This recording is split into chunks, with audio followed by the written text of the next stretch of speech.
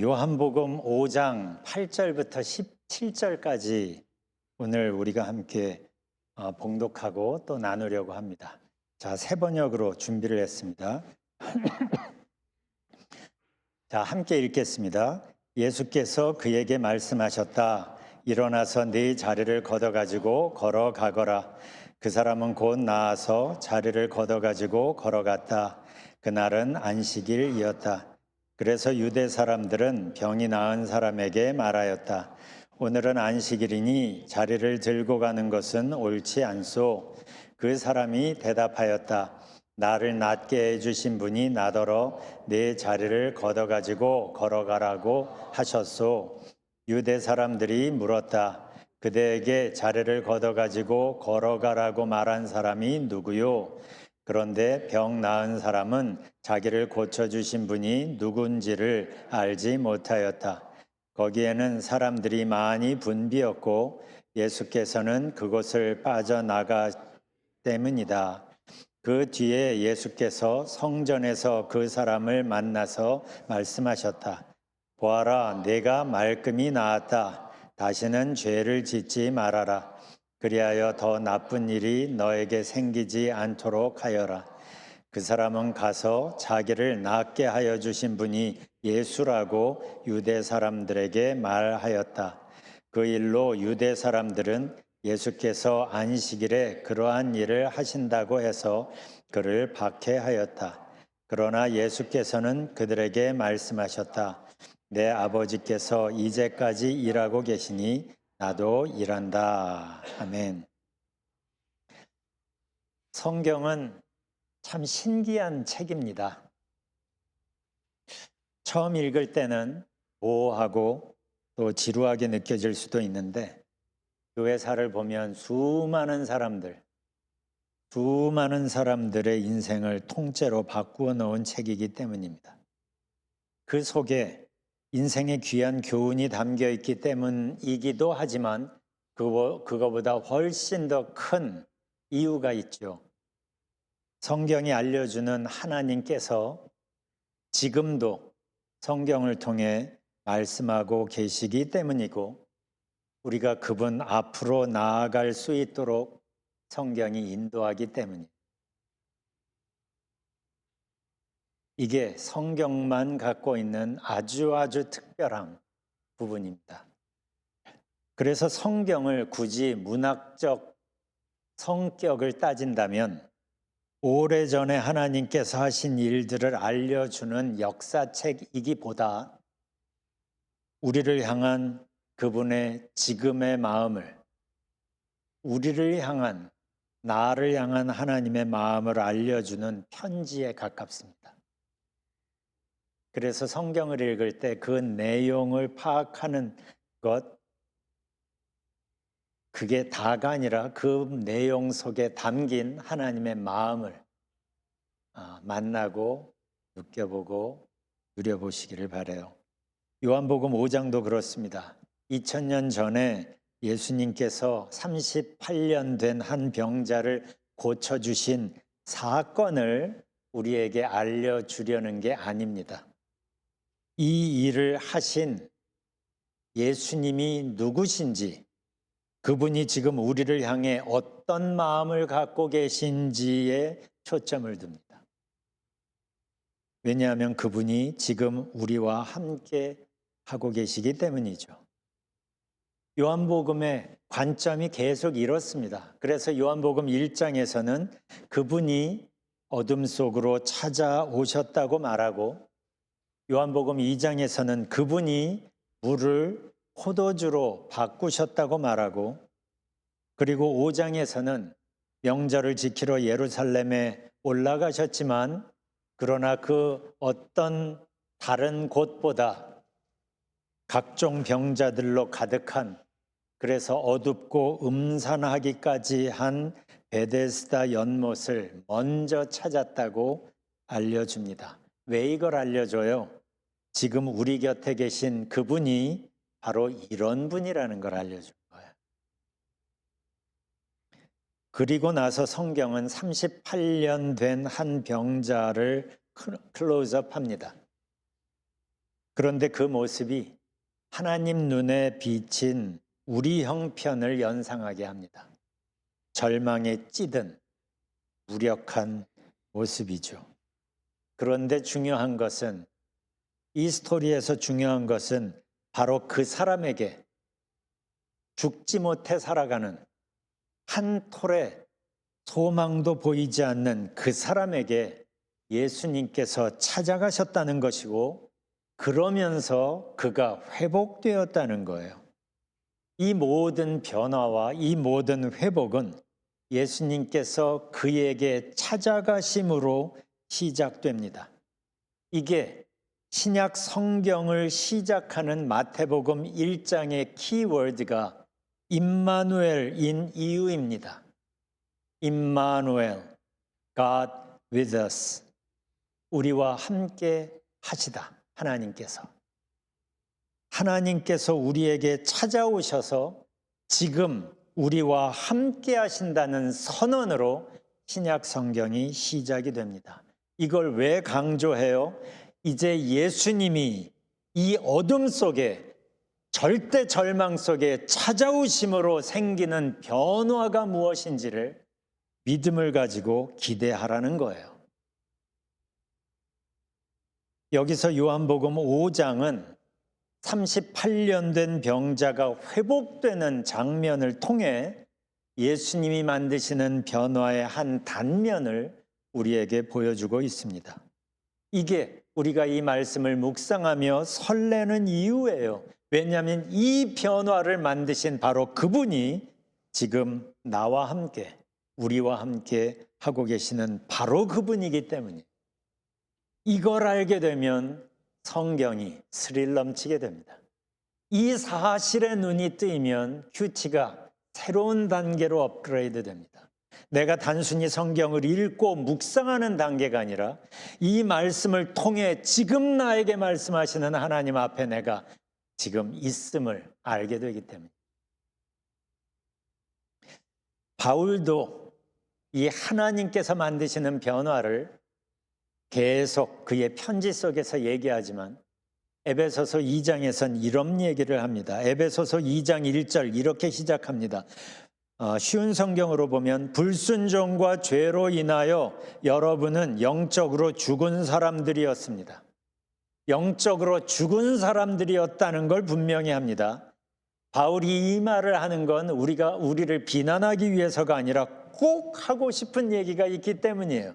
그게 4절부터 이어집니다. 그러나 하나님은으로 시작이 돼요. 그 앞에 우리의 죄성을 얘기하다가 그러므로 하나님은 어쩔 수 없이 우리를 심판하실 수밖에 없었다, 이렇게 이어지지 않고 우리의 죄의 모습을 얘기하고 4절 처음을 그러나 하나님은 자비로우시고 우리를 너무나 사랑하셔서 그냥 내버려 두지 않으셨습니다. 그래서 그냥 내버려 두시지 않고 하나님이 뭘 하셨나요? 이어지는 5절부터 바울은 하나님이 우리 안에서 만드시는 변화를 3가지로 정리를 합니다. 첫 번째, 그리스도를 통해 하나님은 우리에게 새 생명을 주셨다는 거예요. 그게 5절입니다. 하나님의 뜻을 따르지 않아 영적으로 죽은 우리들에게 그리스도를 통하여 새 생명을 주신 것입니다. 이게 하나님이 우리 한 사람 한 사람에게 하고 계시는 일인 거예요. 영적으로 죽은 우리들, 그래서 원래는 하나님의 심판의 대상일 수밖에 없는 우리들에게 예수님을 앞세워, 예수님의 십자가를 앞세워 우리에게 새 생명을 주신 것. 둘째는 그리스도와 함께 우리를 살리셨다고 말합니다. 그리고 셋째는 당신의 하늘 보좌 곁에 우리를 앉혀주셨다고 말합니다. 이 2가지를 말하는 게 6절이에요. 하나님은 우리를 그리스도와 함께 살리시고, 그리스도를 죽은 자 가운데서 살리신 것처럼 그리스도와 함께 우리를 살리시고 하늘 위에 있는 그분의 보좌 곁에, 하나님의 보좌 곁에 우리를 앉혀주셨습니다.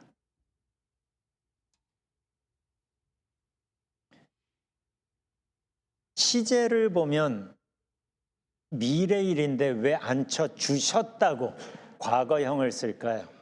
이거는 이스라엘 사람들의 독특한 어법인데 미래일인데도 아주 확실하면 과거형을 써요. 그러니까 분명히 하늘 위에 계신 하나님의 보좌 곁에 우리를 분명히 앉혀주실 거라고 단언하는 걸 이렇게 과거형으로 표현을 한 겁니다. 여기에서 반복되는 표현이 있어요. 그리스도와 함께, with Christ. 그리스도와 함께를 반복을 합니다. 바울 서신을 보면 그리스도 안에서 그리스도와 함께라는 표현이 굉장히 많이 나옵니다. 두 가지 때문입니다. 첫 번째는 예수님 때문에 이 모든 엄청난 변화들이 가능해졌기 때문이고 우리에게 새 생명을 주신 것이나 예수님 안에서 우리로 하여금 풍성한 삶을 살게 하신 것이나 또한 하나님의 보좌 곁에 우리를 앉혀주신 이 어마어마한 변화가 예수님 때문에 가능했기 때문이고 다른 하나는 믿음이 무엇인지를 알려주기, 보여주기 때문이에요. 믿음이라는 건 관계를 설명하는 단어잖아요. 예수님을 믿는다는 건 내가 예수님을 신뢰하여 함께하는 걸 말합니다. 그래서 with Christ, 그리스도와 함께라는 걸 강조를 하는 거예요. 믿음으로 그리스도와 함께. 그럴 때 우리는 예수님을 통해 새 생명을 공급받고 예수님 안에서 정말 사는 것처럼 풍성하게 살 수 있게 되고 또한 예수님 안에서 하나님의 하늘 보좌 옆에 우리가 앉게 될 것입니다. 이게 우리 얘기인 거예요. 옆에 있는 사람을 보세요. 그 사람이 눈으로 보면 그냥 그렇게 보이죠? 근데 그냥 그런 사람이 아니라니까요. 제 얘기를 믿어보시라니까요. 이게 예수님 안에서 이렇게 되는 거예요. 그래서 믿음으로 그리스도와 함께일 때 이러한 어마어마한 변화들이 우리 안에 일어나게 됩니다. 그런데 하나님을 믿는다고 해도 사실은 하나님과 상관없이 하나님과 함께가 아닌 삶을 살아갈 수도 있습니다. 그럴 때 그 모습이 어떻게 되는지를 요한복음 5장 후반부가 보여줍니다. 아까 우리가 읽었지만 본문 8절부터 다시 봅시다. 예수님께서 그 38년 된 병자에게 얘기합니다. 일어나서 네 자리를 걷어가지고 걸어가거라. 그러자 9절 그 사람이 곧 나아서 자리를 걷어가지고 걸어갔다. 그런데 그날이 안식일이었어요. 그걸 본 유대인들이 말합니다. 10절 오늘은 안식일이니 자리를 들고 가는 것은 옳지 않소. 자, 그 유대인들은 이 사람이 38년 동안이나 고생했던 그 자리에 있던 그 동네에 있던 그 사람 모를 수가 없을 텐데 그런데 그 사람이 회복되어 다시 걷게 된 것에는 관심이 없습니다. 다만 안식일인데 자리를 들고 가는 것 그게 일이라고 생각한 거죠. 그거 하는 게 거슬린 거예요. 생각해 보세요. 그들은 누구보다 하나님 말씀에 철저하다고 생각합니다. 그들은 누구보다 하나님 가까이 있다고 생각하지만 사실은 하나님의 마음을 전혀 모르는 사람이. 그들의 모습이 생각해 보면 탕자의 형의 모습을 참 많이 닮았습니다. 아버지 곁에 있었지만 그러나 아버지의 마음은 너무나 몰랐던. 이걸 보면 하나님 마음은 모른 채 그냥 종교적이기만 할 때 사람이 얼마나 잔인해질 수 있는지를 보게 됩니다. 유대인들의 이런 비난 섞인 말 때문에 이제 막 고침받은 이 사람은 굉장히 당황했을 거예요. 생각해 보세요. 38년 만에 몸이 지금 회복되어서 지금 신나게 걸어가고 있는데 새 삶을 얻었는데 일어나자마자 안식일법에 처벌받게 됐어요, 지금. 이게 얼마나 황당한 경우입니까? 그래서 자기를 고쳐주신 분 말씀을 따른 것뿐이라고 말합니다. 현대인의 성경으로 11절을 보면 나를 고쳐주신 분이 자리를 들고 걸어가라고 하던데요. 그러자 유대인들이 다그쳐 묻죠. 그대에게 자리를 걷어가지고 걸어가라고 말한 사람이 누구요?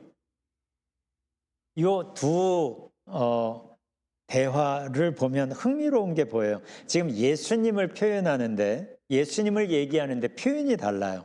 회복된 이 사람에게 예수님은 나를 고쳐주신 분이에요. 나를 고쳐주신 분이 이렇게 말을 합니다. 새로운 인생을 주신 분이에요, 예수님.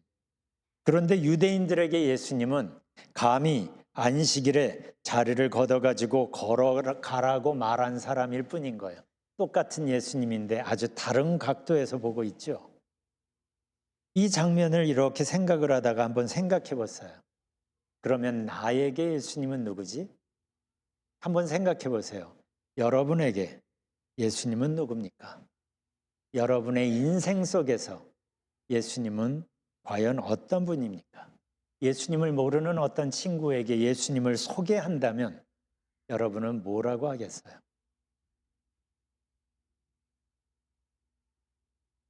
이때만 해도 이 사람은, 이 38년 된 병자, 이 사람은 자기를 고쳐주신 분이 누군지를 몰랐습니다. 그러다가 나중에 예수님이 성전에서 그 사람에게 가셔서 말씀을 하십니다. 그게 14절이에요. 보아라, 내가 말끔히 나았다. 다시는 죄를 짓지 말아라. 그리하여 더 나쁜 일이 너에게 생기지 않도록 하여라. 왜 예수님이 굳이 그 사람에게 가서 이런 말씀을 하셨을까요? 여기서 말하는 더 나쁜 일, 이게 뭘 말할까요? 여기서 우리는 마태복음 12장 말씀을 좀 떠올려 볼 필요가 있습니다. 마태복음 12장 43절에 보면 예수님께서 비유로 이 말씀을 하십니다. 악한 귀신이 어떤 사람에게서 나왔을 때 그는 쉴 곳을 찾느라고 물 없는 곳을 헤맸으나 찾지 못하였다. 44절, 그래서 그는 말하기를 내가 나온 집으로 되돌아가야겠다 하고 돌아와서 보니 그 집은 비어있고 말끔히 치워져서 잘 정돈되어 있었다. 45절, 그래서 그는 가서 자기보다 더 악한 딴 귀신 7을 데리고 와서 그 집에 들어가 거기서 자리를 잡고 살았다. 그래서 그 사람의 나중 형편이 처음보다 더 비참하게 되었다. 예수님의 이 비유 속에서 우리가 알아야 할 게 있습니다. 하나님의 은혜로, 하나님의 도우심으로 회복되었다고 해도 모든 게 다 끝난 것은 아직 아니라는 사실이에요. 요한복음 1장은 어둠 속에 생명의 빛이 비춰졌다고 이야기합니다. 그러니까 어둠만 있을 땐 갈등이 없겠죠?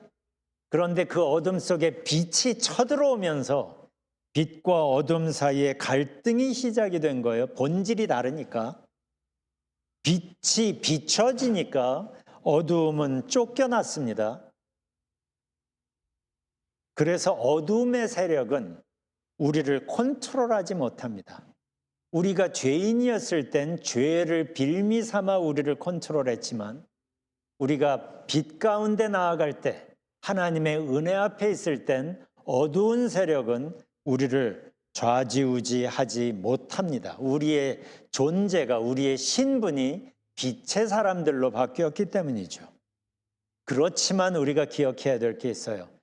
어두운 세력은 여전히 우리의 약점과 우리의 빈틈을 찾아 끊임없이 유혹합니다.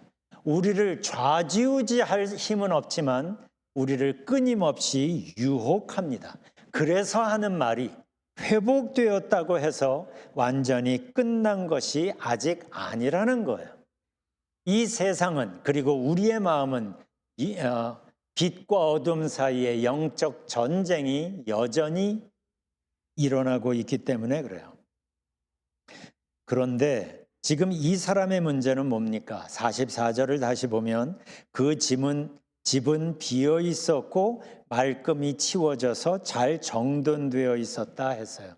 빛이 비춰지면서 어두움이 쫓겨나게 됐고, 그래서 마음이 깨끗해지게 됐고, 정돈된 것은 아주 좋은데, 그런데 문제는 그 집이 비어 있었다는 거예요. 빛이 비침으로 해서 회복되고 깨끗해졌으면, 계속 빛의 영향력 안에 머물러 있었으면 참 좋았을 텐데 그러지 않았던 겁니다. 회복 후에 빛 안에 머물지 않았어요. 그래서 내 안에 있던 빛의 영향력이 없어지게 된 거예요. 그러면서 빈집이 되어버린 거예요. 그러니까 어두움이 다시 몰려올 때 저항할 힘이 없었던 거죠. 그 결과는 참혹합니다. 그래서 그 사람의 나중 형편이 처음보다 더 비참하게 되었다. 이게 오늘 본문 14절에서 예수님이 말씀하신 더 나쁜 일입니다.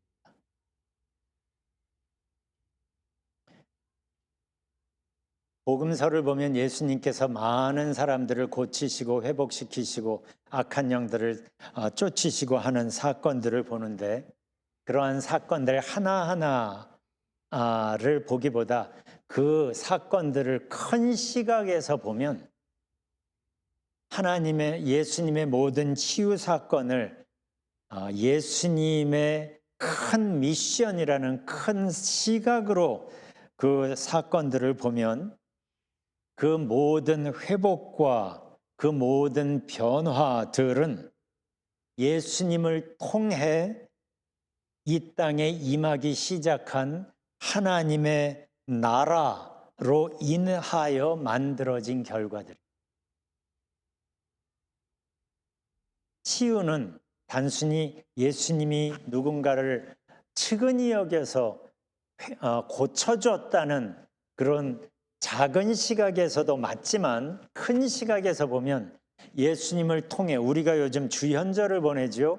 예수님을 통하여 이 땅에 하나님의 영광이 비춰지기 시작한 걸 셀러브레이트 하는 절기라 그랬죠. 그러니까 이 주현절은 예수님의 공생의 전부를 말합니다. 그러니까 예수님을 통해 하나님의 나라가 이 땅에 임하기 시작했고, 그 임하기 시작한 하나님의 나라의 영향력의 결과로 그들이 회복이 된 거예요. 그러니까 하나님의 나라의 영향력 안에 그것을, 선한 영향력을 내가 비춤받음으로 회복된 것은 너무너무 귀한 일이지만, 그것은 그 사건으로 종결된 게 아니라 더욱더 중요한 게 있는데, 예수님 때문에 임하게 된 그 하나님의 영향력, 하나님 나라의 영향력 안에 계속 머물면서 그 안에서 새로운 삶을 시작하는 게 더 큰, 내 몸이 회복된 것보다 더 큰 핵심이에요. 그걸 예수님은 이 사람에게 죄를 짓지 말라고 단순하게 표현하고 계시는 겁니다. 이제는 하나님의 나라 백성으로 새롭게 빛의 자녀로 살아가라고 지금 말씀하고 계시는 거예요. 그렇게 하나님 나라의 영향력 안에서 살아갈 때 예수님께서 복음서에서 계속 말씀하고 계시는 영생 혹은 풍성한 삶을 실제로 누릴 수 있게 되는 거예요. 사실 이게 육신의 회복보다 훨씬 더 크고 훨씬 더 본질적인 변화이고 은혜입니다. 이것이 예수님께서 누군가를 회복시키신 후에 내 믿음이 너를 구원하였다라고 말씀하시는 그 구원의 의미. 그 구원은 병에서부터의 구원뿐만 아니라 이제는 너 안에 하나님의 나라의 영향력이 시작되었으니 그 영향력 안에 믿음으로 머물며 구원을 온전한 스케일로 누리라는 말씀인 겁니다. 그런데 안타깝게도 이 38년 된 거기에서 회복된 이 병자는 유대인들의 협박이 더 두려웠던 모양입니다. 예수님의 이 말씀을 마음속에 새겨 들었으면 모르겠는데 그 다음에 15절을 보면 자기를 낫게 하여 주신 분이 예수라고 유대 사람에게 말합니다. 그러니까 16절 그 일로 유대 사람들은 예수께서 안식일에 그러한 일을 하신다고 해서 그를 박해하였다. 그렇지만 예수님은 개의치 않습니다. 17절 내 아버지께서 이제까지 일하고 계시니 나도 일한다. 이렇게 말씀하십니다. 이건 지난주에도 잠깐 설명드렸지만 여기에서 예수님은 하나님을 지금 이렇게 표현하고 계시는 거예요. 그러면 예수님이 표현하고 계시는 하나님은 어떤 분이에요?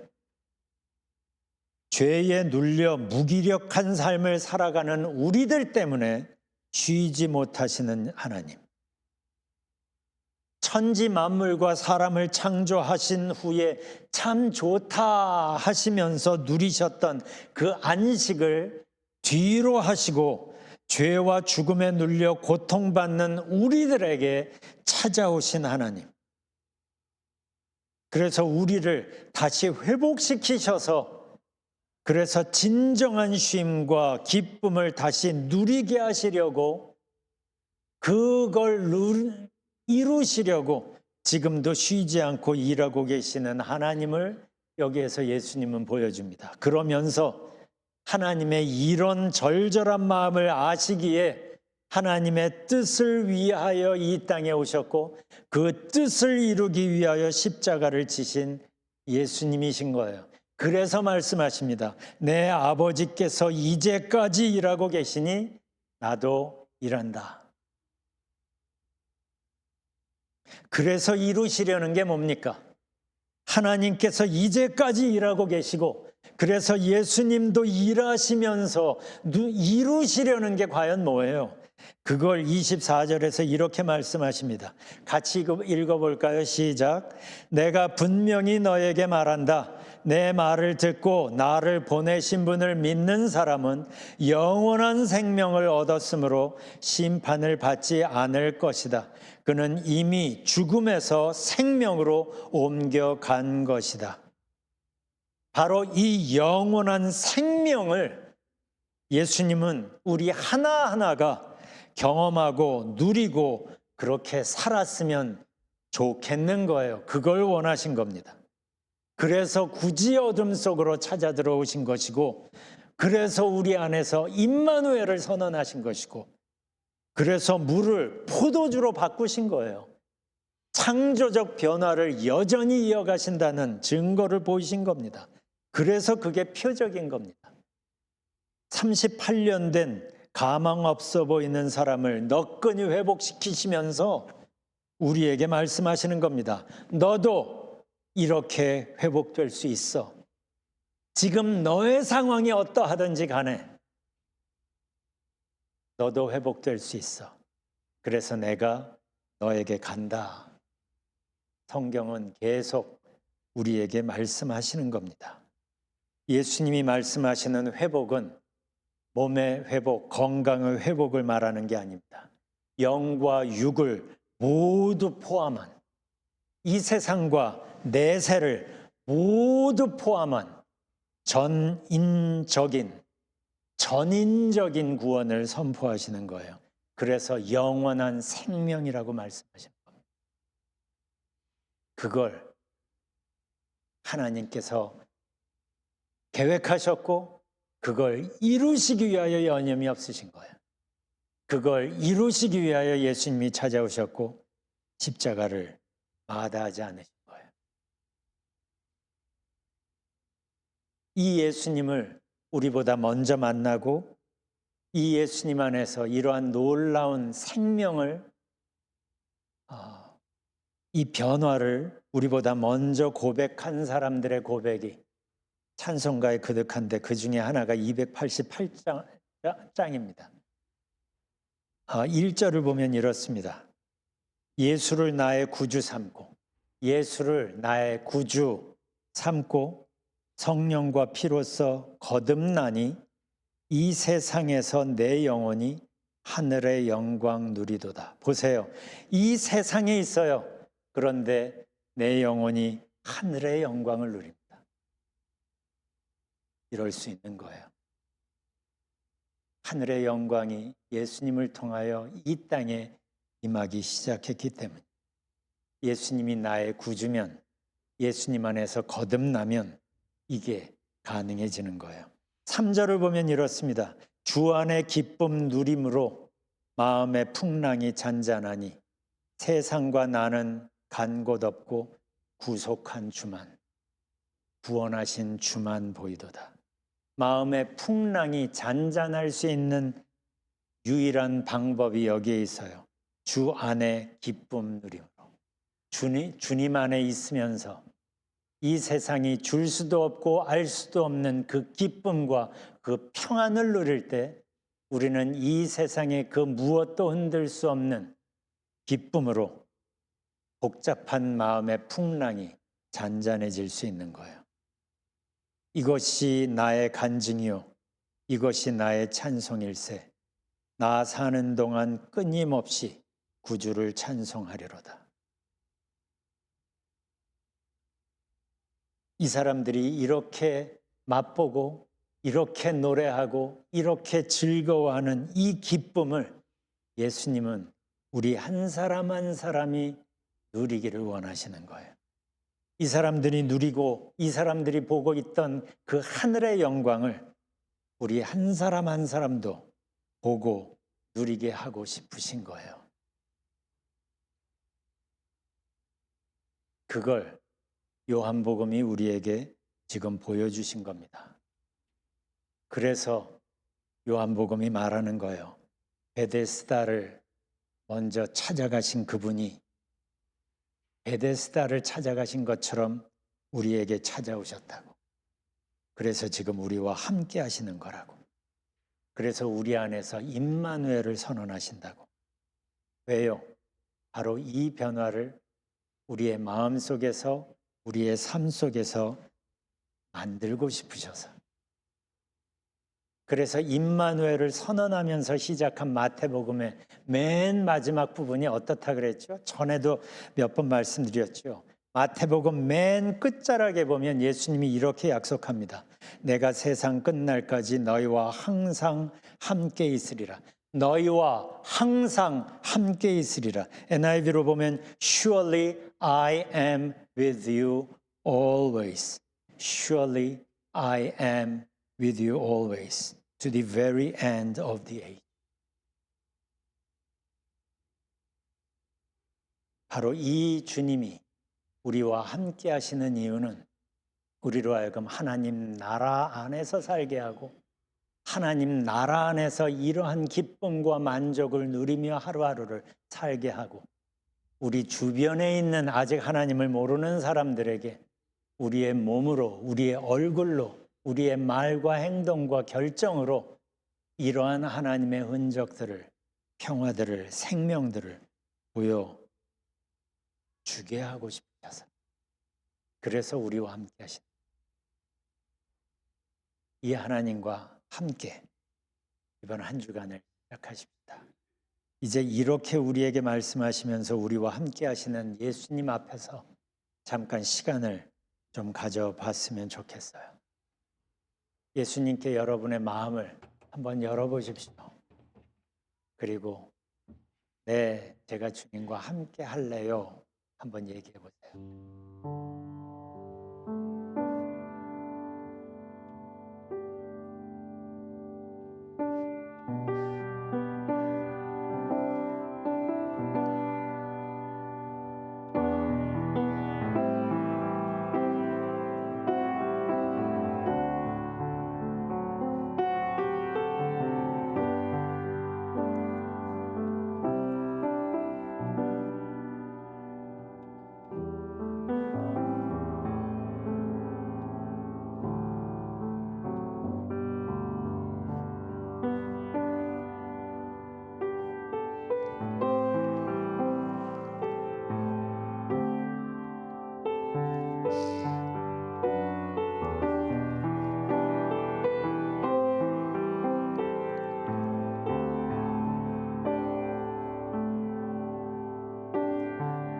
예수를 나의 구주 삼고 성령과 피로써 거듭나니 이 세상에서 내 영혼이 하늘의 영광 누리도다. 주 안의 기쁨 누림으로 마음의 풍랑이 잔잔하니 세상과 나는 간 곳 없고 구속한 주만 보이도다. 주님, 이것이 우리의 삶의 고백이 되기를 원합니다. 이제는 저 혼자 고군분투하듯 이 세상에서 생존을 위하여 몸부림치는 거 이제는 그만하고 주님과 함께 하루하루를 살면서 우리의 삶 속에, 우리의 마음 속에, 우리의 가정 속에 하나님의 나라를 세우며 하나님의 영광을 누리며 살기를 원합니다. 오늘부터 시작하는 이 한 주간이 그 거룩한 시작이 되기를 원합니다. 주님, 인도하여 주세요. 예수님 이름으로 기도합니다. 아멘.